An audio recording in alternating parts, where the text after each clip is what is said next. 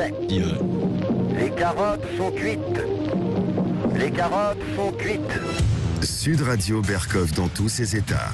Et c'est un sujet un peu plus d'actualité. Milliards en fuite se manifeste pour une finance éthique. C'est le livre coécrit par Éric Bocquet qui est avec nous en studio, sénateur communiste du Nord.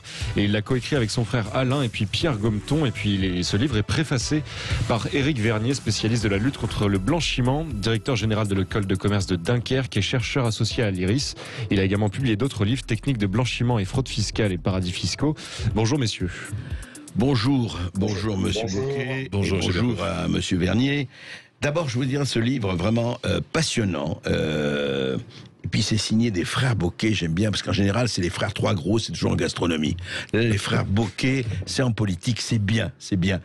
Et puis je voulais vous dire aussi, parce qu'il faut rappeler aussi, Augustin, que Alain et Éric Bocquet ont écrit aussi avec Pierre Gometon Sans domicile fisc, qui était effectivement en 2016, donc il y a 5 ans, sur ce qui se passait à l'époque. Et ce qui est étonnant, et vous le dites dans votre livre, vraiment, qui est à lire, qui se lit comme un thriller, parce que vous dites, voilà, en 2016, on a parlé de ce qu'il fallait faire, on va en parler de ce qu'on peut faire, du point de vue d'un gouvernement, d'une gouvernance, de la finance, etc., et que rien n'a changé, ou pas grand-chose. Et c'est vrai que pendant qu'on parle, et on a raison d'en parler, de faire tout ce qu'il faut sur le Covid, sur le terrorisme, etc., sur la sécurité, tout ça, et j'ai remarqué que dans les... Vous n'êtes pas sans savoir que, évidemment, la campagne présidentielle bat déjà son plein, avec toutes ces surprises ou ces non-surprises, mais qu'on parle de tout sauf du blanchiment, sauf de l'évasion fiscale, sauf de l'optimisation fiscale, sauf des paradis, non pas artificiels, mais très, très, très, très matériels, qui se multiplient un peu partout. Et alors, Éric Bocquet, sénateur, vous dites, écoutez, ça n'a jamais été aussi fort, et ça c'est, vous rappelez avec des chiffres, que pendant le Covid, pendant la pandémie, vive les dividendes. Oui, c'est l'un des constats qu'on peut faire au quasi-terme de cette pandémie. On espère tous qu'on va en sortir. L'économie du monde s'est arrêtée pendant 2-3 mois, s'est ralentie pendant une année et demie. Et puis voilà, quand on fait le bilan dans notre pays, 7e puissance économique du monde, 1 million de pauvres en plus, 10 millions de gens vivant sous seuil de pauvreté, c'est pas du misérabilisme, c'est la réalité. Les étudiants qui font la queue pour s'alimenter parce qu'ils s'en sortent pas. Et voilà, début juillet, le magazine Challenge publie comme chaque année son palmarès des 500 premières fortunes professionnelles de France. Sur le quinquennat de M. Macron là, qui s'achève, les 500 premiers milliardaires ont vu leur patrimoine pratiquement doubler dans le même pays. C'est-à-dire que même quand l'économie s'arrête, les dividendes, les patrimoines continuent de prospérer. C'est une question de fond quand même, ça. C'est une vraie question de fond. Et à propos, puisque vous avez parlé d'Emmanuel Macron, on va voir ce que disait dans une interview avec Edwy Plenel et Jean-Jacques Bourdin. Voici ce qu'il disait en 2018. Écoutez. Il y a la fraude d'un côté, la fraude on lutte contre. Et on la sanctionne. Et il y a l'optimisation qui peut conduire à des comportements d'évasion fiscale. On a un problème d'optimisation fiscale. D'évasion fiscale, oui. Pardon, Emmanuel Macron. Mais non, mais je préfère évasion fiscale. C'est votre choix si vous le préférez. Mais c'est de l'argent qui ne va pas aux hôpitaux, aux écoles, aux routes. Exactement. Je ne suis pas là pour suivre le vocabulaire de vos préférences. Alors, Alain Bocquet, justement, ce qui est une discussion sémantique ou discussion vraie entre évasion et optimisation fiscale, puisque votre livre traite de cela. On a toujours ce discours alambiqué sur les nuances linguistiques entre optimisation, qui serait donc légale. Alors l'optimisation, effectivement, c'est utiliser des lois qui permettent de s'affranchir de l'impôt, même si souvent on a constaté ce qu'on appelle l'abus de droit. Et l'évasion fiscale qui est censée ne pas être connue, mais heureusement, et là je salue le travail remarquable qui a été fait par ces journalistes, 12 millions de documents exploités pour arriver aux révélations des Pandora Papers. Les fameuses Pandora Papers. Voilà. Je veux dire, si on n'avait pas supprimé des milliers d'emplois aux finances publiques, peut-être qu'on aurait pu mener ce travail, et c'est à l'État de mener ce travail. Chapeau les journalistes, Chapeau les lanceurs d'alerte. Voilà. Mais on est toujours dans l'ambiguïté et la réponse de M. Macron est révélatrice. On entend ce genre de discours régulièrement. D'ailleurs, vous verrez dans le livre, on a joint en annexe un courrier que mon frère et moi avions adressé au lendemain de l'installation d'Emmanuel Macron à l'Élysée pour attirer 2017. Oui. Et vous verrez la réponse qu'il nous a envoyée, une réponse de M. Stroda, convenue, politiquement correcte, entre guillemets, on va dire les choses ainsi. Et puis dans ce quinquennat, il ne s'est pas passé grand-chose, quoi. Donc, voilà, M. Macron n'aime pas qu'on lui dise qu'il est le président des riches, il s'en défend, mais le système qu'il favorise est bien celui-là. Voilà, les cadeaux toujours pour les mêmes et l'austérité pour les autres.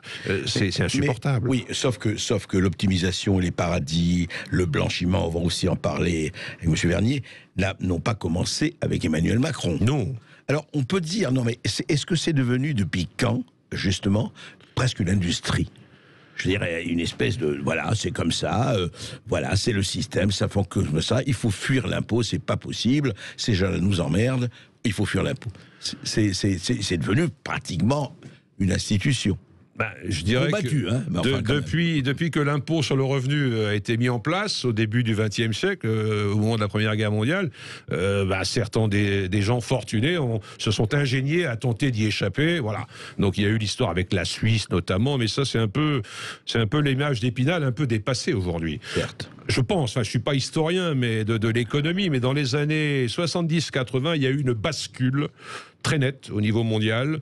Tous les anciens confettis de l'ex-empire britannique, devenus indépendants entre guillemets, mais pas trop, sont restés des places fortes de la finance de la City. La City, c'est un peu le hub, pour employer un terme anglais, le cœur du système. Et puis, il y a tous ces petits paradis fiscaux insulaires, Jersey, 30 km des côtes du Cotentin, qui empêchent nos pêcheurs d'aller pêcher la coquille Saint-Jacques, voilà, mais qui sont heureux d'accueillir 600 Français qui ont des comptes déclarés à Jersey, par exemple. Les îles dans les Antilles, les îles Vierges britanniques, les Bahamas, les Bermudes. Les Nauru et tout ça. Voilà, voilà, ça. Exactement, des îles que l'on ne connaît que par leur vertu fiscale, entre guillemets. Donc ce système s'est largement développé dans les années 80. Il y a eu une bascule au niveau mondial, le néolibéralisme, voilà. Thatcher Reagan, l'école de Chicago, enrichissez-vous, comme disait Guizot en son temps, et puis on verra le ruissellement, tout le monde en profitera. Le problème, c'est que tout ça est parfaitement étanche, il n'y a aucun ruissellement. La richesse se développe dans des proportions mais démentielles. On voit les chiffres,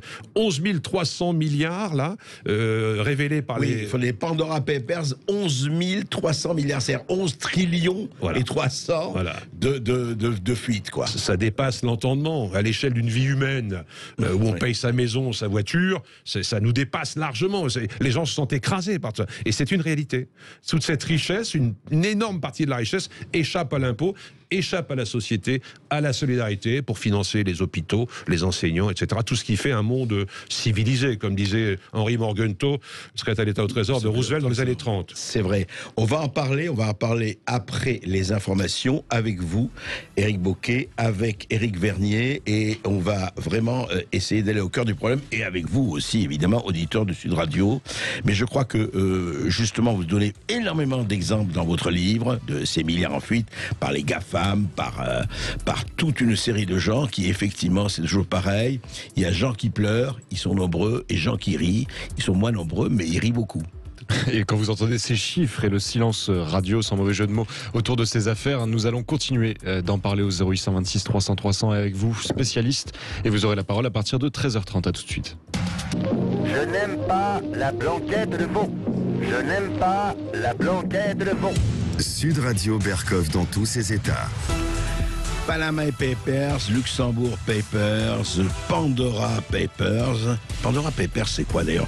Écoutez ce que disait là-dessus France 24 hier. Des centaines de personnalités publiques épinglées dans la plus grande fuite de documents financiers connus à ce jour. Des chefs d'État en fonction, la chanteuse Shakira, ou encore l'ancien ministre des Finances français et ancien directeur général du FMI, Dominique Strauss-Kahn. Les Pandora Papers, c'est près de 12 millions de documents issus de 14 cabinets de services financiers. Le consortium international des journalistes d'investigation a découvert au moins 1000 sociétés créées dans des pays à la fiscalité avantageuse par plus de 330 responsables politiques de premier plan. Alors effectivement, voilà, vous avez eu les chiffres, et puis 11 milliards, c'est 11 trillions 300 milliards. Oui, mais on comprend, vous savez, quand on a été directeur du Fonds monétaire international, on connaît la musique, hein, on apprend, ce sont des professionnels de l'appareil. Éric Vernier, bonjour. Bonjour. Vous avez préfacé le livre de Éric et Alain Bocquet, Milliards en fuite. Vous êtes spécialiste de la lutte contre le blanchiment. Vous êtes journaliste d'investigation. Dites-moi, en fait, c'est quelque chose qui continue de prospérer. On l'a dit déjà avec Éric Bocquet. Ça continue de prospérer. On a l'impression que c'est le tonneau des Danaïdes ou le rocher de Sisyphe. On en parle, on dénonce. Et alors, il y a des choses, des opérations qui se passent là, ça et là.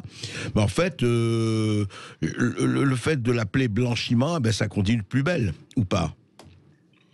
Oui, alors tout à fait. Alors je corrige, je ne suis pas journaliste d'investigation, mais enseignant-chercheur, et je travaille justement sur ces questions-là depuis un peu plus de 20 ans maintenant. Et depuis un peu plus de 20 ans, finalement, on a toujours les mêmes questions après chaque scandale, hein, puisqu'on ne va pas faire la litanie de tous les scandales depuis des années, mais entre les LuxLeaks, les Panama Papers, etc.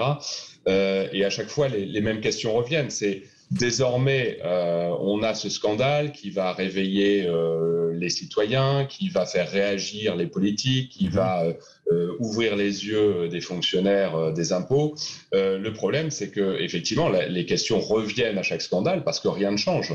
Si on a des évolutions réglementaires qui sont indéniables, ça, je ne le nierai pas. Il y a sur le papier des choses qui s'améliorent, mais sur le terrain, c'est ça le problème, c'est que sur le terrain, on n'a pas d'effectivité, comme on dit, d'effectivité de la loi. Mais pourquoi ? Pourquoi les fonctionnaires ne bougent pas? Pourquoi on ne touche pas sur le terrain? Pourquoi on parle et c'est vrai, on essaye de faire et c'est vrai? Les raisons sont multiples, mais on les connaît. Alors les fonctionnaires, eux, aimeraient bien bouger, mais comme l'a dit Éric Bocquet, il y en a de moins en moins et avec de moins en moins de moyens, et ça c'est un vrai problème. Et partout où le contrôle baisse, évidemment, la fraude se développe. Mais je crois qu'il y a différents problèmes. D'abord, on a des intérêts personnels de certains dirigeants. On le voit d'ailleurs dans les noms qui apparaissent aujourd'hui ou qui sont apparus précédemment, et donc eux n'ont absolument pas intérêt à ce que ça change. On a ensuite des partis politiques aussi qui n'ont pas envie que ça change parce qu'ils en profitent eux-mêmes. Je ne parle pas forcément de la France, mais globalement. Et puis après, on a aussi des pays qui ont tout intérêt à ce que rien ne change. Alors des pays, par exemple, comme l'Angleterre, avec la City qui profite très largement. Éric Bocquet a parlé des satellites de l'Angleterre, hein, de la Grande-Bretagne, qui profitent pleinement pour les marchés financiers, qui profitent de ces circuits et de cette finance parallèle. Et on a aussi, même la France en profite, parce que lorsque vous payez des intermédiaires ou des partis rebelles dans tel ou tel pays, évidemment, les financiers doivent passer par ces territoires. Donc on a de problèmes, plus la géostratégie et la géopolitique. On essaye, quand on a des alliés à l'ONU, à l'OTAN ou ailleurs, évidemment, on a du mal à leur dire maintenant ça suffit, on passe à autre chose. Oui, d'ailleurs, corrigez-moi, vous deux, d'ailleurs, si je me trompe, la City en tant que telle n'obéit pas aux lois de la Grande-Bretagne. La City est un territoire autonome.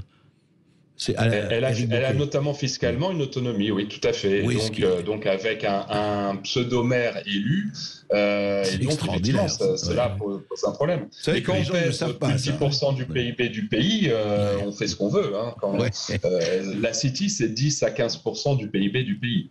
Oui, effectivement, je confirme, la City a un statut particulier au cœur de Londres. D'ailleurs, quand vous y entrez, c'est marqué par une limite. Il y a 2 dragons qui marquent l'entrée de cet endroit, qui est une entité à part, qui est gérée par le CLC, le City of London Corporation, une espèce de conseil municipal. Il y a le Lord Mayor qui reçoit chaque année le Premier ministre britannique, qui vient de Westminster, le pouvoir politique, rencontrer le pouvoir financier. Ça se passe ainsi une fois par an, vous voyez. Le City, c'est le pouvoir de la finance. Westminster, c'est censé être le pouvoir politique. Et pour l'anecdote, au Parlement britannique, à la Chambre des communes, il y a à côté du Speaker, l'équivalent du président chez nous, un personnage qui représente la City. On l'appelle le Remembrancer. Souviens-toi. Souviens-toi. Vous voyez, c'est joli. C'est symbolique, mais ça en dit long. Intéressant par rapport à la France, l'Angleterre. La France parle beaucoup des territoires perdus de la République, et l'Angleterre parle du territoire gagné du royaume. Oui, absolument. C'est intéressant. Juste un mot. Alors, parlons-en.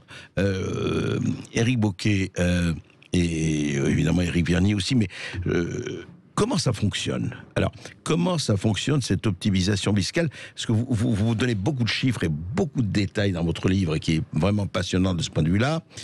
Ça veut dire qu'en fait, aujourd'hui, avec la libre circulation des marchandises, des armes, des hommes, etc., je ne parle pas des idées, c'est autre chose, en fait, on peut, alors que quand même on se dit, il n'y a pas de gouvernance mondiale, enfin il y a l'Union européenne, il y a tout ça. Alors expliquez-moi, par exemple, et je voudrais comprendre comment le Benelux, comment l'Europe des 5, on ne parle même pas de l'Europe des 28, l'Europe des 5, eh bien il y a au sein de cette Europe des 5, puisque la Suisse, elle ne fait pas partie de l'Europe, de l'Union européenne en tout cas, il y a encore un paradis fiscal qui s'appelle le Luxembourg. Oui. Et que personne n'a touché à rien. Ça fait 50 ans, 55 ans. Oui, sauf que l'Union européenne, quand vous regardez la liste des paradis fiscaux telle qu'elle est conçue par l'Union européenne, n'y figure aucun État membre de l'Union européenne. Aucun. Luxembourg, Irlande, Pays-Bas, on pourra en parler, le siège des holdings. Le siège de la holding Renault-Nissan se trouve aux Pays-Bas, pour des raisons fiscales, d'accord? On peut parler de Malte. Malte qui vend des passeports dorés. Pour bénéficier de la fiscalité, vous achetez un passeport, vous devenez maltais demain et vous bénéficierez des joyeusetés fiscales de Malte. Chypre, qui est cité dans les Pandora Papers, fait également partie de l'Union européenne. Donc déjà là, il y a un problème. On ne désigne pas l'adversaire, entre guillemets. Et ne pas nommer les choses, c'est les rendre pires, comme disait Camus. Vous voyez. Donc il faudrait commencer par faire l'état des lieux chez nous, balayer devant notre porte. Et cet état des lieux n'est pas fait. Ah non, du tout. Absolument pas. Donc, auditeurs du Sud Radio, vous savez ce qu'il vous reste à faire, devenez maltais ou chypriote. Voilà, si vous avez envie de... Non, on ne va pas donner ce conseil. Éric Vernier, le blanchiment, c'est quoi le blanchiment? Qu'est-ce que ça veut dire aujourd'hui et quelle place il occupe? Alors, le blanchiment, c'est tout simplement remettre dans l'économie légale l'argent qui a été gagné illégalement. Et on comprend dedans, évidemment, la fraude fiscale aussi, mais c'est l'argent de la drogue, c'est de l'argent du proxénétisme, de tous les trafics internationaux. Et donc, on va profiter de ces territoires aussi pour justement brouiller les pistes et rendre un aspect très respectable à cet argent gagné illégalement. Ce sont les mêmes territoires. Ce sont les mêmes territoires qui optimisent et qui blanchissent pratiquement. Oui, tout à fait, parce qu'on parle toujours de paradis fiscaux, mais ce sont surtout aussi, la plupart du temps, des paradis bancaires, c'est-à-dire une opacité bancaire quasi totale pour certains, et surtout des paradis réglementaires. C'est-à-dire que tant que vous ne tuez personne sur le territoire, on ne se préoccupe pas de savoir d'où vient l'argent. En fait, ce qu'on dit, c'est ramenez l'argent chez nous, ne faites pas de mal sur notre territoire, et on fermera les yeux sur l'ensemble de vos activités. Donc, évidemment, d'ailleurs, on le voit très bien dans les Pandora Papers ou les Panama Papers ou Paradise Papers, vous avez aussi bien tel milliardaire ou tel grand sportif que des barons de la drogue et des membres de groupes terroristes comme Al-Qaïda ou Daesh. Oui, c'est vrai qu'ils mettent aussi leur argent dans les mêmes endroits, c'est extraordinaire, oui. C'est-à-dire, tant que vous ne nous en mettez pas chez nous, voilà. Ouais, d'accord. C'est exactement les mêmes montages et d'ailleurs aujourd'hui, lorsqu'on parle de lutte contre le blanchiment, on rajoute et contre le financement du terrorisme, toutes les lois ont fusionné, toutes les réglementations ont fusionné, on attaque de la même manière le financement du terrorisme et l'argent sale, donc y compris la fraude fiscale. Si je comprends bien, Éric Bocquet, la gestion de l'illégalité marche beaucoup mieux que la gestion de la légalité. Oui, c'est le constat qu'on pourrait faire, mais je crois que c'est le politique avec un P majuscule qui est défaillant. Vous soulignez tout à l'heure, à juste titre, que c'est un sujet dont on parle peu. Il y a un scandale, on s'émeut pendant 2-3 jours, et puis après on revient à la normalité des choses, comme si cette situation était normale. Donc il faut que les scandales se révèlent, mais après il appartient aux politiques, aux États, à ceux qui légifèrent, de prendre les mesures, parce qu'il n'y a pas de fatalité dans l'affaire, qui font qu'effectivement on mette fin à ce système. C'est un système très bien organisé. Vous disiez comment ça se passe. Il faut des banques. Il faut qu'on m'explique pourquoi les grandes banques françaises ou d'autres ont des filiales aux Caïmans, par exemple. On peut imaginer qu'il y en ait une. On a le droit de commercer avec les Caïmans. Oui, il y a une économie. Mais quand on en a 5, quand on en a 10 ou 15, à quoi ça sert? Donc il y a des banques, il y a des clients qui cherchent à dissimuler leurs actifs pour échapper à l'impôt. Et il y a des intermédiaires. Il y a des professions du chiffre. Il y a des avocats fiscalistes. Moi, je pensais naïvement que l'avocat défendait la veuve et l'orphelin, mais il y a des avocats dont le métier est de vous expliquer comment échapper à l'impôt. Les grands cabinets... Ils sont très bien payés pour ça. Très bien payés pour ça. D'ailleurs, ils ont sans doute un pourcentage intéressant des gains qu'ils procurent à leurs clients. Voilà, c'est une chaîne de responsabilité, tout cela, qu'il faut également impliquer. Et il y a certaines professions qui ne sont pas soumises aux mêmes règles de déclaration que les banques, qui doivent signaler à Tracfin, par exemple, les mouvements un peu suspects. Là, ces professions ne sont pas tenues d'eux. Mais alors attendez, les banques sont tenues effectivement de signer un Tracfin, qui est l'organisme effectivement qui doit échanger de ça. Alors celles qui font ça, celles qui abritent l'argent ou l'argent sale ou l'argent qui doit s'évader, ne le font pas. En général, on organise des filiales. Je me souviens de l'exemple de la Société Générale. On avait auditionné M. Oudéa en 2016, quand l'affaire avait éclaté, et qui nous avait expliqué 3 ans auparavant que sa banque n'avait plus aucune activité au Panama. Et grâce aux Paradise Papers, on a appris qu'effectivement, la Société Générale avait des centaines de filiales au Panama. Voilà, donc c'est pas la banque Société Générale française. Oui, c'est ça, mais les filiales. Le système est organisé et on est présent dans les paradis fiscaux. Et Tracfin, là-dessus, peut rien faire? Il faut des moyens. Quand vous avez vu le travail considérable de ces journalistes qui ont exploité 12 millions de documents, imaginez le travail, le nombre de personnes qualifiées qu'il faut. Je crois que 2, 3, 4 personnes, même volontaires, même déterminées, même qualifiées, ne peuvent pas venir à bout d'une telle tâche. C'est des années de boulot. Je me souviens d'une anecdote. On avait rencontré M. Michel Nolot, qui est un ancien de l'autorité des marchés financiers. Le trading haute fréquence, vous connaissez cette pratique-là, où on s'échange des milliards en quelques fractions de secondes. Oui, ça c'est voilà. Il nous disait que pour contrôler la validité de 15 secondes ou 20 secondes de trading haute fréquence, il fallait 6 mois de boulot à l'autorité des marchés financiers. Point barre. C'est Éric Vernier, vous vouliez... Oui, pour compléter et reprendre ce que disait Éric Bocquet sur Malte. Malte, non seulement on peut avoir le Golden Visa, c'est-à-dire la nationalité maltaise et pouvoir bénéficier de l'imposition maltaise, mais c'est surtout qu'on se demande pourquoi ça ne marche pas, mais les banques sont obligées aujourd'hui d'échanger des informations entre elles. Oui. Mais si vous êtes français et que vous avez en même temps la nationalité maltaise, vous comprenez bien que là, il y a un problème, parce que si je vais planquer mon argent à Singapour, Singapour alertera Malte, et Malte n'a rien à faire de savoir si j'ai de l'argent à Singapour ou pas. Donc vous voyez, là, les textes sont là, mais ils sont immédiatement biaisés par la pratique. Et oui, c'est toujours le problème. On se retrouve, c'est passionnant, on se retrouve tout de suite après ceci pour continuer à parler de ces milliards en fuite et qui ne sont pas prêts de retourner. Absolument, vous avez entendu ces chiffres dantesques, mais on creuse aussi et on tente ici sur Sud Radio de défaire les nœuds de ceux qui tirent les ficelles. Et je rappelle le titre du livre « Milliards en fuite » aux éditions du Cherche Midi. Sud Radio. Ici Sud Radio. Les Français parlent aux Français. Les carottes sont cuites. Les carottes sont cuites. Sud Radio Berkov dans tous ses états. Je ne sais pas si les carottes sont cuites, mais les milliards, eux, continuent d'être en fuite. Et ça marche, Éric Bocquet, je voudrais que vous nous racontiez, justement, pour les auditeurs de Sud Radio, c'est très intéressant ce qui s'est passé, parce que les exemples, c'est toujours ce qui parle le mieux, avec Google. Qui ne connaît pas Google, qui n'utilise pas Google? Oui, Google, une génération d'existence créée en 98, et quand on voit la place que Google a pris dans le monde aujourd'hui, plus puissant que des États, et ça se traduit dans les faits. Effectivement, Google Europe a son siège en Irlande, à Dublin, pour des raisons fiscales. Donc Google européen a son siège en Irlande. L'impôt société en Irlande est à 12,5. D'accord. Par rapport à, rappelons en France... 25, il va arriver à 25, objectif 25, réaffirmé d'ailleurs récemment. Google s'est fait rattraper par la patrouille et on a compris que Google devait 7 milliards d'euros au fisc français. Ce n'est pas une petite somme. Hein. Ils ont fait appel de la décision, ils ont gagné en appel, et après ils ont négocié avec Bercy, avec l'État français. Et au bout de la négociation, Google s'en tire avec un chèque de pratiquement 1 milliard d'euros, il en devait 7, et il paye 800 millions plus un peu de pénalité. D'abord, il paye moins cher, et puis surtout, c'était en échange d'échapper à un procès. Parce que ces grands groupes ont 2 points faibles, le portefeuille et la réputation quand même. Oui, donc ils ont lâché un peu de sous, l'image, c'est important.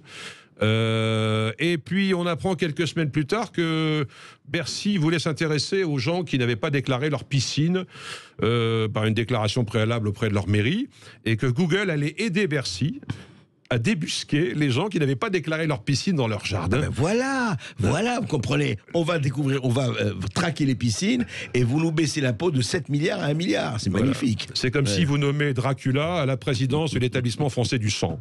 Vous voyez ? C'est un peu ça. Dracula va organiser le don du sang. Hein. C'est bien. Éric Vernier, vous avez une... Qu'est-ce que vous en... Est-ce que c'est exemplaire de ce qui se passe en général dans le monde, pas seulement en France ? Oui, tout à fait. Alors, moi, je suis l'un des partisans du procès. Je crois qu'effectivement, il faut aller jusqu'au procès. La négociation, finalement, arrange tout le monde, puisqu'on le voit, hein, les amendes sont très réduites. Et encore, c'est 1 milliard par rapport à 7 milliards. Mais si on avait été plus loin dans un procès, c'était certainement beaucoup plus. Donc, c'est tout le problème. Et d'ailleurs, aujourd'hui, on le voit bien, les négociations vont bon train, y compris aux États-Unis, avec des banques même. Je pense à une affaire avec HSBC qui a donné plus de la moitié de son bénéfice annuel américain plutôt que d'avoir un procès. Donc on imagine, lorsqu'on paye des milliards, ce qu'il y a en fait derrière. Oui, c'est sûr, et ça fait énormément. Et justement, on en parlait. Moi, j'ai été assez frappé par. Est-ce que d'autres États le font? Vous savez, quand Donald Trump est arrivé à la présidence de la République, à la présidence des USA, il a parlé aux sociétés de hedge funds qui gèrent des trillions aussi, sinon des milliards, mais des trillions de dollars. Et il leur a dit, écoutez, si vous voulez pas rapatrier, on va vraiment taxer, on va taxer très fort. Est-ce que dans l'Union européenne, comment ça se passe, Éric Bocquet? C'est-à-dire que les gens, mettons, qui vraiment, de façon très très sciemment, évadent, essayent de faire optimisation, appelons ça, ce qu'un terme galant, ces choses-là sont dites, ou évasion, bon. Qu'est-ce que les moyens de rétorsion sont lesquels? Ça se passe un peu comme ça. Je citais Google qui négocie. En fait, ces grands groupes choisissent de payer le montant d'impôt qu'ils veulent dans le pays qu'ils choisissent, quoi. Moi, je pense que, comme tous les républicains, l'impôt, c'est la loi. On vote la loi de finances au Parlement, le Parlement est souverain, il y a un barème qui s'applique à tel ou tel, vous gagnez ça, vous payez ça, il y a un taux appliqué. C'est ça, tout contribuable comprend ça. Pourquoi ces grands groupes bénéficient d'un autre régime, de la capacité de négocier? On a inventé, je crois que c'était en 2013, la loi Sapin, qui avait comme objectif de lutter contre la fraude fiscale, etc. Et on a inventé un concept qui s'appelle la Convention judiciaire d'intérêt public, CGIP. C'est un truc qui permet de négocier, quoi. En fait, vous plaidez coupable, oui, j'ai fauté, mais je vous paye une partie de la note et vous ne me mettez pas. C'est le plea bargain américain. Voilà. Je plaide coupable et on va atténuer ma sanction. Voilà. C'est pas entendable. Le gars au SMIC ou à 2000 € de revenus par mois qui va payer son impôt, qui sera prélevé à la source chaque mois, il peut pas comprendre ça. Et c'est normal. Ça détruit, d'abord, ça nuit aux finances de la République. Et puis ça détruit et ça égratigne régulièrement le consentement à l'impôt. Vous voyez, les salariés, les commerçants, les artisans ne peuvent pas échapper, les PME non plus, les grands groupes. En gros, c'est eux qui pèsent, quoi. Selon que vous serez puissant ou misérable.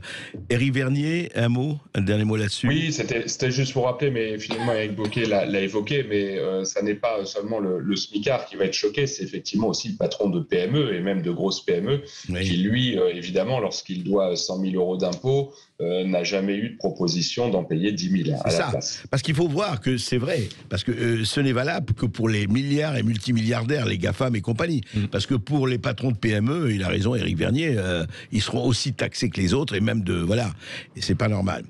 Merci, on se retrouve juste après cela avec les auditeurs de Sud Radio. Et c'est un sujet qui vous passionne et vous nous appelez au 0826 300 300 pour poser vos questions à nos invités dans quelques instants jusqu'à 14h. À tout de suite. Sud Radio, Berkoff dans tous ses états. Appelez maintenant pour réagir 08. Ici Sud Radio. Les Français parlent au français. Je n'aime pas la blanquette de veau. Je n'aime pas la blanquette de veau. Sud Radio, Berkoff dans tous ses états. Milliards en fuite, la fraude fiscale, on en parle depuis 3 quarts d'heure maintenant. On va continuer à en parler pendant une demi-heure. Et vous nous appelez au 0826 300 300. Et nous sommes avec Mathieu qui nous appelle de Seine-et-Marne. Bonjour Mathieu. Oui, bonjour Mathieu. Oui, bonjour André, bonjour à Monsieur Bocquet, Monsieur Vernier. Bonjour. Oui, donc moi je voulais parler un peu des Pandora Leaks ou Pandora Papers. Oui. Juste un chiffre, parce que c'est vrai que quand on le lit, on a du mal à y croire, ça dépasse un peu l'entendement. 11 300 milliards de dollars. Exact. Il faut 2,6% pour éradiquer de cette somme pour éradiquer la faim dans le monde. Juste ça, si les gens ne prennent pas conscience qu'on est dirigé, et j'ose le dire, par une mafia globale, je ne sais pas ce qu'il leur faut pour un petit peu, en tout cas, se poser des questions et se réveiller. Je suis sidéré que, et Dieu merci vous êtes là André, mais qu'il y ait si peu de médias qui pour l'instant en parle parce que c'est une bombe atomique sans précédent dans l'histoire de la finance.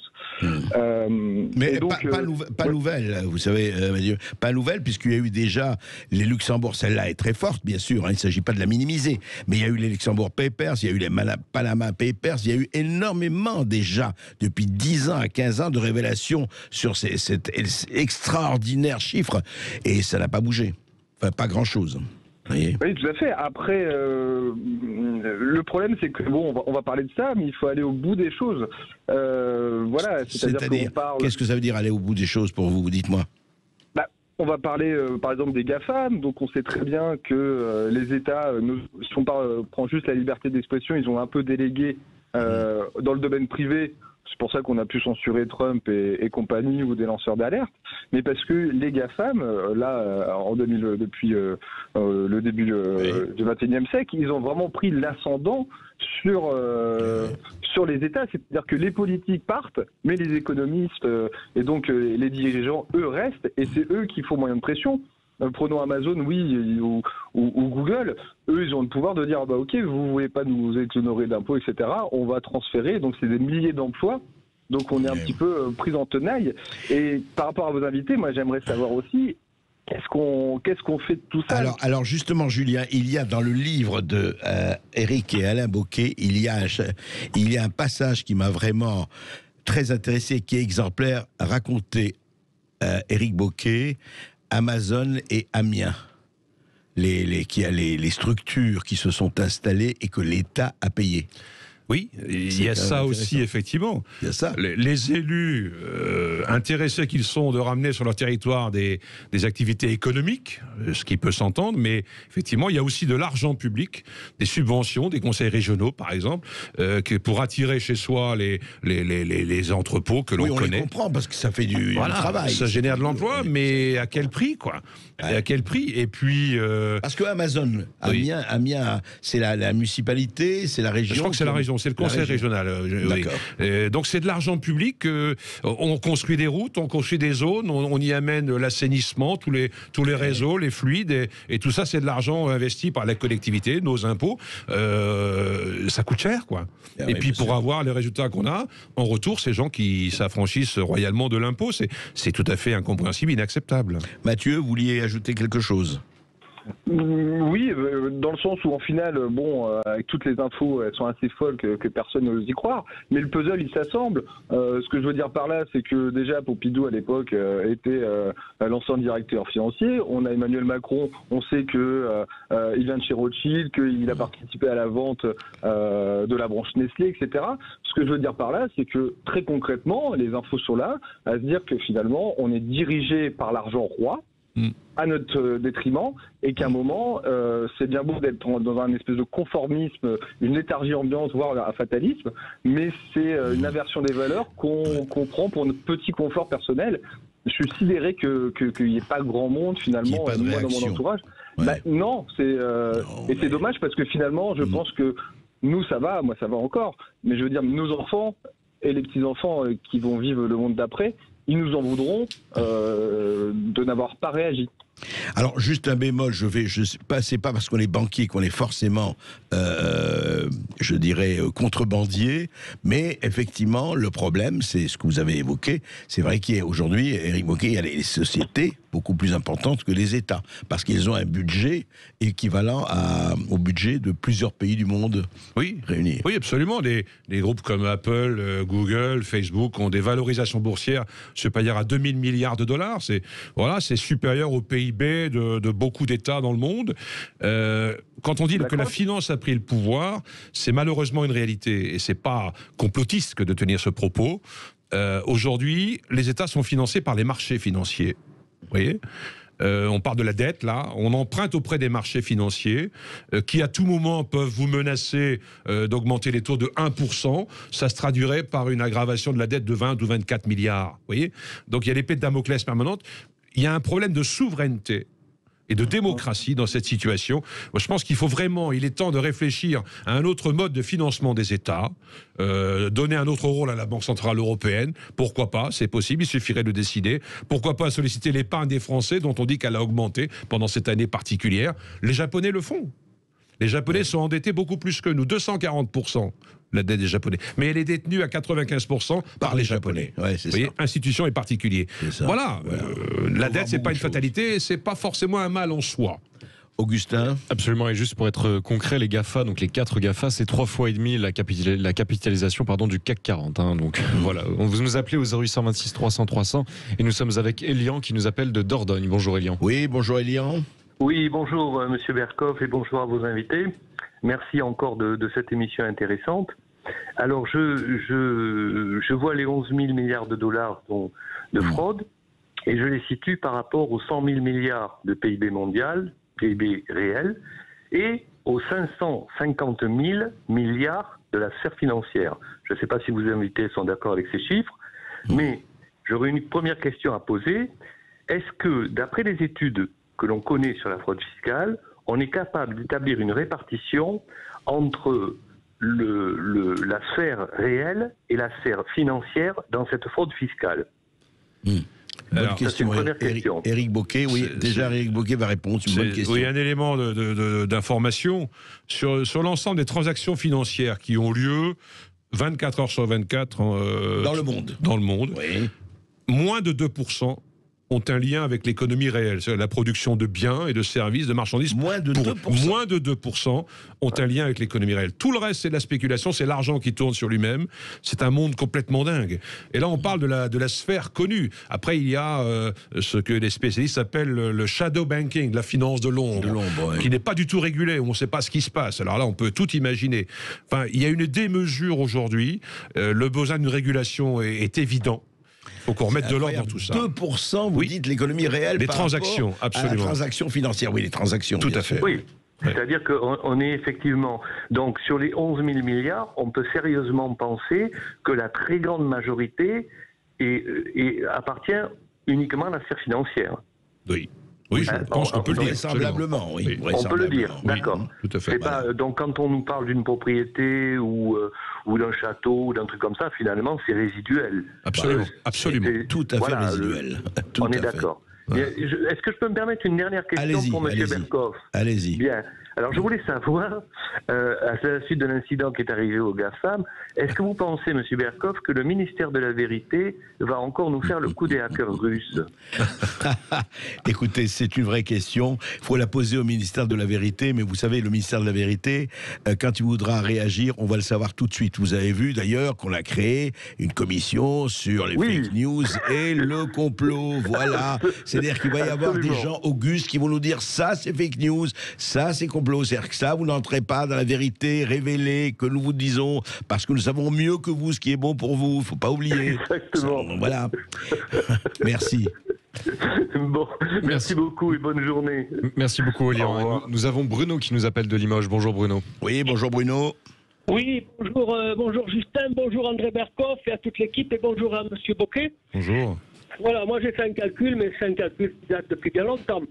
Alors, pour se représenter ce chiffre-là, avec 11 300 milliards d'euros, c'est pour se représenter cette somme de manière visible, imaginons avec notre esprit une voiture à 15 000 euros et 3 mètres de long, c'est ce que ça fait. Ça fait 753 333 333 voitures. Et ces voitures tous montent de l'Équateur. Ça fait à tous au niveau de l'Équateur pour ceux qui savent que la Terre est ronde. Oui, quand même, oui, il y en a. Voilà, mais oui. La preuve. Pas mal. Dis-donc, vous avez fait ce calcul comme ça, là vous avez eu envie de faire ce calcul? Ça fait longtemps que je l'ai fait, celui-là, mais c'est encore pire que ça. Ça va faire, au niveau de l'Équateur, 56,5 tours de planète au niveau de l'Équateur, à raison de 40 000 km de tour de planète. Mais moi, j'avais un autre chiffre de 60 000 milliards d'euros. Là, ça fait 60 tours de planète. Je l'avais dans le communiqué. Voilà. D'accord. Et en fait, cet argent, c'est le principe des vases communicants, cet argent. Hein. L'excès des uns correspond au manque des autres. Et sur le gâteau, indirectement, ce sont les crétins de la base qui votent pour ces gens-là, l'Altesse et compagnie, qui trempent dans les évasions fiscales. Vous savez, dans le temps, les gens ne savaient pas lire, mais savaient compter. Souvenez-vous, 56,5 tours de planète avec 11 300 milliards, mais avec, je crois qu'il y en a peut-être plus, 60 000 milliards.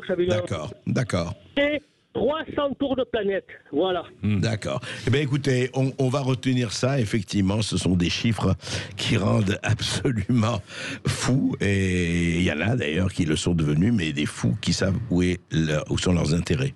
Eh bien, écoutez, la commission qui lutte contre le complotisme va vous embaucher pour prouver la rondeur de la Terre avec vos calculs. Merci Bruno de nous avoir appelés. Vous continuez à nous appeler au 0826 300 300. À tout de suite. Sud Radio. Ici Sud Radio. Les Français parlent au français.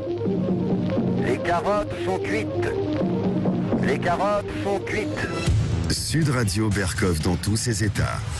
Et nous allons dans un département qui est loin d'être un paradis fiscal, la Gironde, avec Lucas. Bonjour Lucas. Oui, bonjour Lucas. Bonjour, merci pour votre émission, merci de m'avoir pris à l'antenne. J'avais une toute petite question.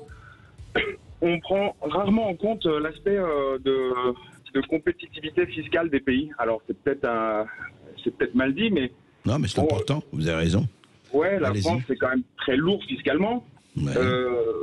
L'Irlande c'est moins lourd, le Luxembourg c'est moins lourd. On parle toujours de fraude fiscale, mais bon, si on payait moins d'impôts tout simplement, alors c'est très vague ce que je dis, mais si on payait moins d'impôts tout simplement, est-ce qu'il n'y aurait pas moins de fraude, quoi? Voilà, c'est ma question. Non, mais c'est une vraie question d'ailleurs, Éric Bocquet, c'est-à-dire ce qu'il dit au fond, oui d'accord, c'est très bien de payer des impôts, mais vous savez très bien que trop d'impôts tue l'impôt, mais surtout, c'est ce que l'Angleterre veut faire. On peut dire aussi, en faisant l'avocat des moins d'impôts, en disant mais attendez, pourquoi la France ne deviendrait pas un incitateur et que de ce point de vue-là, il y aurait plus d'emplois, plus d'entreprises, etc. Alors, je ne pense pas que c'est votre avis, mais quand même, c'est intéressant cette concurrence de dire écoutez, on va ouvrir, on va baisser les impôts et il y aura plus d'entreprises et plus d'embauches.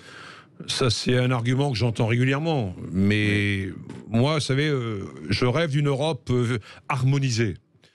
Si en 1957, au moment du traité de Rome, on avait fixé comme objectif, avec les 6 premiers États fondateurs de l'Union, enfin du marché commun à l'époque, l'objectif d'harmoniser à 10, 15, 20 ans, nous y serions. Ça n'a jamais été un objectif de l'Union européenne. On est au contraire dans un espace économique commun, avec des règles complètement différentes. Il y en a qui jouent le football à 7, d'autres à 11, d'autres sur des petits terrains, d'autres voilà. Et donc on est dans un espace de compétition fiscale, de dumping fiscal, c'est le terme qu'on emploie. Et donc c'est au moins 10 ans, effectivement. Donc ça peut pas aller, ça tire tout le monde vers le bas, ça. Ouais. D'où l'Irlande, d'où les Pays-Bas pour les holdings, d'où le Luxembourg, etc. Il faudrait clairement harmoniser sur un taux moyen, on discute, on voit l'ensemble des 27 membres de l'Union européenne. Aujourd'hui, il y a des écarts énormes entre le Luxembourg et la Bulgarie, enfin, ça n'a rien à voir, quoi. Et on l'a vu pour les ouvriers, vous savez, pour l'histoire de l'ouvrier polonais, absolument, du polonais, travailleurs détachés. Oui, voilà. Travailleurs détachés. C'est la même logique. C'est la même logique. Oui, mais alors justement, comment expliquez-vous? On va pas faire... mais c'est une vraie question. Comment, au moment de l'Europe des 5, vous la posez, comment ils n'ont pas pensé à l'harmonisation fiscale? Comment il se fait que des gens qui n'étaient pas complètement imbéciles n'ont pas pensé qu'une Union européenne sans harmonisation fiscale, ça veut rien dire? C'est étonnant quand même. Le fait d'abord qu'on ait commencé par un marché commun, de mettre le mot marché dans un projet qui doit être un projet humain, démocratique, social, etc., c'est déjà un choix quelque part. Alors, la main invisible du marché, la loi du marché, l'offre et la demande, etc., dont on nous dit que les consommateurs seront les bénéficiaires, franchement, il y a un tas d'exemples qui montrent le contraire. Oui, enfin, ça existe aussi, mais enfin, ça, c'est une autre... Voilà. Donc... il faut remettre à plat ces situations-là, parce que là, il n'y a pas d'issue. Mais on peut le faire à 28 ? Ah, c'est compliqué. Mais il faut demander l'avis des 28 peuples. Enfin 27 maintenant, puisque les Britanniques ont quitté. D'ailleurs, les Britanniques vont nous quitter, ils vont mettre en place sur leur territoire des ports francs. Boris Johnson a annoncé qu'il allait créer des zones, des ports francs comme à Genève, d'accord? Donc on va avoir Singapour sur Tamise à nos portes, quoi. Mais voilà. Écoutez, juste un mot, Éric Bocquet, mais moi ça m'a toujours frappé ça quand on disait ça y est, et les gens, vous avez l'Angleterre, elle va devenir pauvre, ça va être Dickens et compagnie. J'ai dit mais non, ils vont faire un paradis fiscal, ils vont faire des paradis fiscaux, bien sûr. Tout à fait. Avec l'expérience de la City. Absolument. Absolument. C'est la deuxième place financière au monde, c'est la City. Oui, après New York. Donc voilà, ils sont le pôle financier majeur sur le continent européen. Ils sont plus dans l'Union, donc les quelques petites règles qui les embêtaient, ils sont complètement affranchis maintenant, quoi. Alors, je voudrais juste, avant qu'on le prenne, je voudrais que vous parliez de votre proposition. Oui. Vous avez fait avec votre frère en 2016. C'est quoi exactement cette COB ? COP voulait faire. Alors, on s'est inspiré de l'idée de la COP climatique 2015 et on s'est dit, voilà, on va lancer l'idée d'une COP de la fiscalité et de la finance mondiale. Pour plusieurs raisons. La COP, c'est quoi d'abord? La COP, c'est la conférence des partis, Conference of Parties, c'est un sigle anglophone, voilà. Où on met autour de la table les 200 États du monde. Aujourd'hui, la finance est réglée par le G7, le G20, en gros par les financiers eux-mêmes, quoi. Les peuples, les parlementaires, les lanceurs d'alerte, les syndicats, les associations ne sont pas associés parce qu'on laisse ça aux experts entre guillemets. Ah oui, c'est ça. Qui savent les mieux. Sachants. Les sachants. Ouais. Les sachants qui vous expliquent qu'eux savent régler les choses. Inquiétez pas, on s'occupe de tout. Non, c'est un sujet politique majeur d'avenir. On cherche des sous là pour régler la transition climatique. On cherche de l'argent pour régler le problème de la pauvreté, etc. Enfin, et tout, les hôpitaux, la santé, tout. Tout ce qui fait une société civilisée. Donc l'idée, c'est de réunir les 200 pays. Voilà. Oui. Avec l'objectif, au bout, de créer ce qu'on appelle l'OMF, Organisation mondiale de la finance, sous l'égide de l'ONU. Aujourd'hui, il y a le FMI, il y a la Banque mondiale, il y a la Banque des règlements internationaux, etc. Mais rien sous l'égide de l'ONU, qui aurait là l'occasion de redorer un peu son blason et son rôle, pour remettre la finance dans le sens de l'intérêt général face aux grands défis qui sont devant nous à l'échelle planétaire. Voilà. Et on avait lancé l'idée, ça c'est un peu anecdotique, mais d'organiser ce sommet non pas à Genève, à Paris ou à Londres, mais à Bujumbura, la capitale du Burundi, où le PIB par habitant est le plus faible, symboliquement. Vous voyez Bon, ça c'est un peu l'anecdote, mais c'est le message qu'on voulait faire passer. C'est l'affaire de tous. Et ensuite, créer un OMF. Mais alors, les pays qui représentaient, ce ne seraient donc pas les financiers. Là-dessus, ce serait quoi, les parlementaires, des représentants des parlements, des grandes associations. Je vois en France un Tax, CCFD, Terre Solidaire, Oxfam. Il y en a dans le Tax Justice Network au Royaume-Uni qu'on a rencontré. Il y a des gens qui ont des propositions à faire sur le sujet et qui sont prêts à contribuer à construire un autre monde. En gros, il faut arrêter, il faut casser Bretton Woods 1944. C'est ça l'ambition. C'est très ambitieux. Mais l'objectif qu'on se donne est à la hauteur des enjeux qui sont devant nous. Mais ça veut dire, Éric Bocquet, une gouvernance mondiale. C'est une gouvernance mondiale de la finance. Oui, c'est ça. Et on pourrait commencer par une première étape dès le premier semestre 2022 où la France va présider l'Union européenne. Ouais. Eh bien, voilà l'occasion de mettre ça numéro 1 sur l'agenda. Voilà ce qu'on va essayer. Parce que l'Europe, 500 millions d'habitants, on n'est pas une petite zone dans le monde, on peut peser. Et la France, dans cette Europe, peut peser aussi. Vous voyez c'est un combat. C'est une remise en question fondamentale. Vous avez parlé, j'imagine, autour de vous, que ce soit au Sénat, à l'Assemblée nationale et autres. Comment ça réagit ? Ou au gouvernement, ou ailleurs. Au gouvernement, pas beaucoup d'écho. On nous dit, il y a déjà des choses, il y a l'OCDE, il y a le FMI, etc. On se contente de ce qui existe.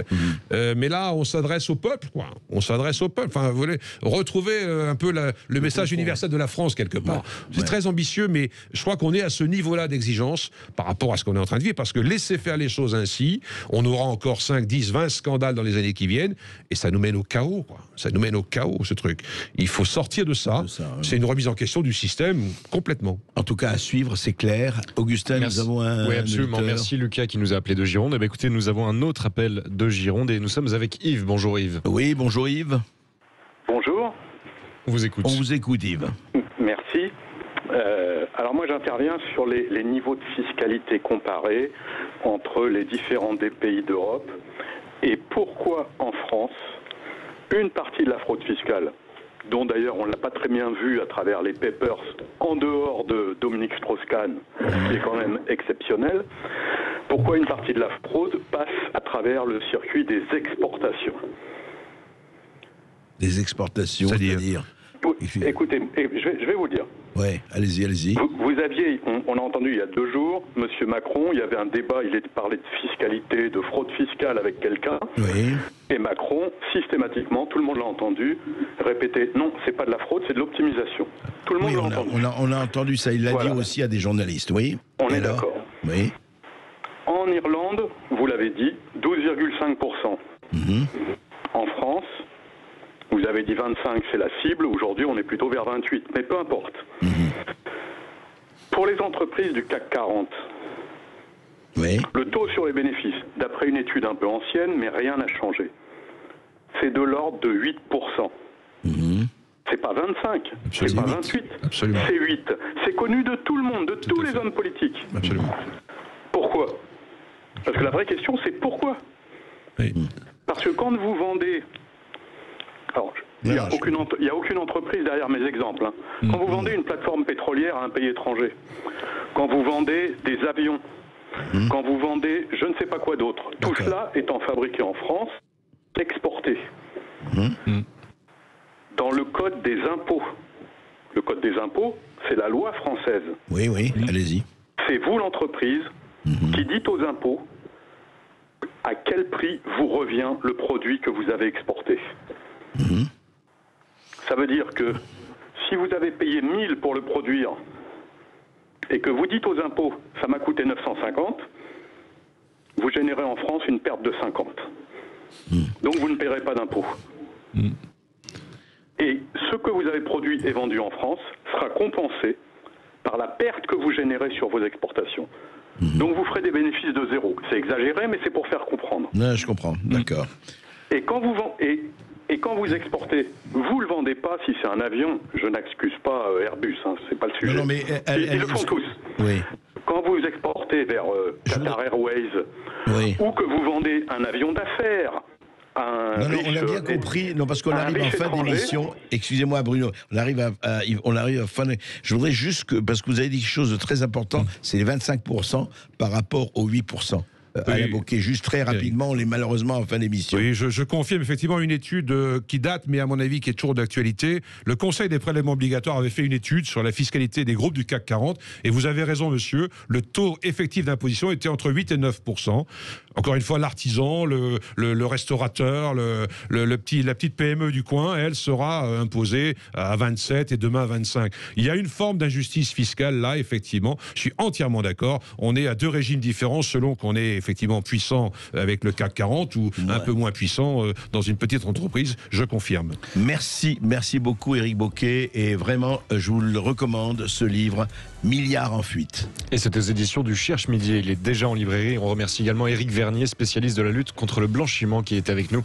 Et puis vous, auditeurs qui nous avez appelé au 0826 300 300, vous pouvez retrouver cette émission sur YouTube et sur nos réseaux sociaux. Sud Radio. Sud Radio. Sud Radio. Parlons vrai. Sud Radio. Parlons vrai. Sud Radio. Parlons vrai.